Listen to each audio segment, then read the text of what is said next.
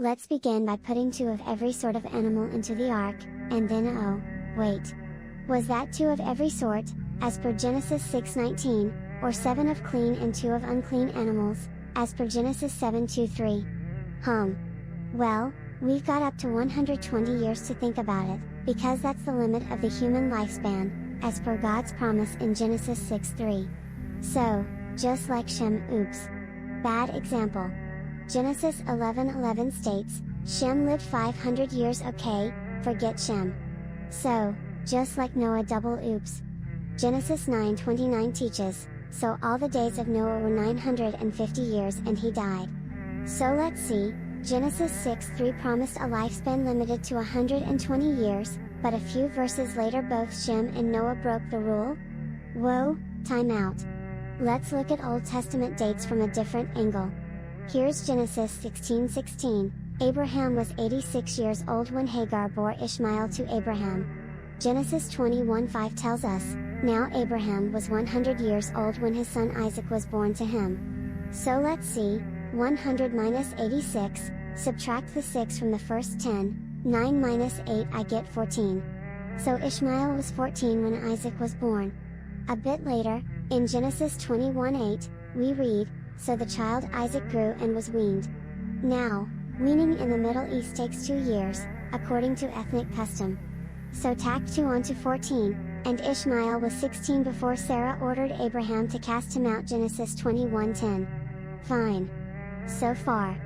A couple more verses, and Genesis 21:14-19 portrays the outcast Ishmael as a helpless infant rather than an able-bodied, 16-year-old youth, as follows, so Abraham rose early in the morning, and took bread and the skin of water and putting it on her shoulder, he gave it and the boy to Hagar, and sent her away. Then she departed and wandered in the wilderness of Beersheba. And the water in the skin was used up, and she placed the boy under one of the shrubs. Then she went and sat down across from him at a distance of about a bow shot, for she said to herself, let me not see the death of the boy. So she sat opposite him, and lifted her voice and wept. And God heard the voice of the lad. Then the angel of God called to Hagar out of heaven, and said to her, what ails you, Hagar? Fear not, for God has heard the voice of the lad where he is. Arise, lift up the lad and hold him with your hand, for I will make him a great nation. Then God opened her eyes, and she saw a well of water. And she went and filled the skin with water, and gave the lad a drink. A 16-year-old youth described as a boy or a lad? In a time and place when 16-year-olds were commonly married and awaiting their second or third child while supporting a growing family. In addition to being hunters, soldiers and, albeit rarely, even kings on occasion? 16 years equated to manhood in Ishmael's day. So how exactly did his father give the 16-year-old boy, Ishmael, to Hagar? And how did she leave him crying "Ai," the voice of the lad, like a helpless baby under a shrub? And how, precisely, did his mother lift him up and hold him with her hand? Lastly, are we truly expected to believe that Ishmael was so frail that his mother had to give him a drink, because he was unable to get it himself? Yes, that's the gist of it. That's what we're supposed to believe. But wait, there's more. 2 Chronicles 22:2 teaches that Ahaziah was 42 years old when he became king. 42 years old. Hardly seems worthy of mention.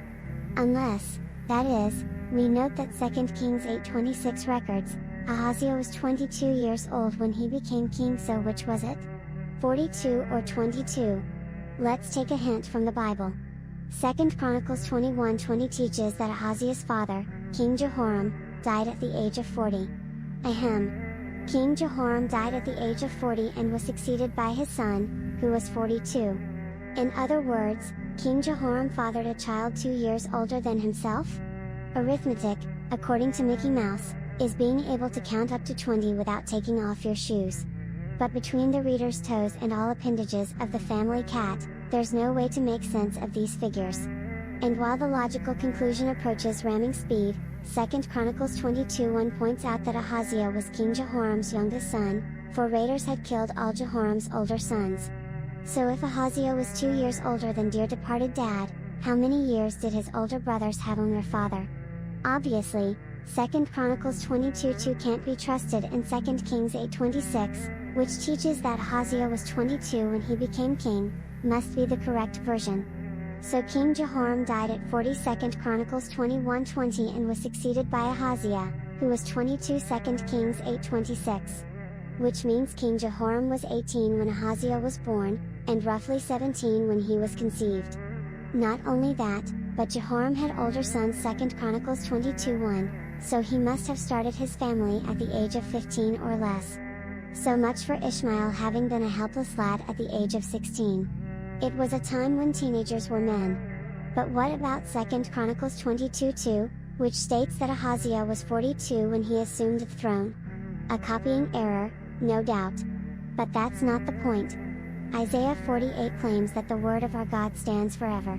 This assertion doesn't excuse copying errors, or any other error, regardless how slight.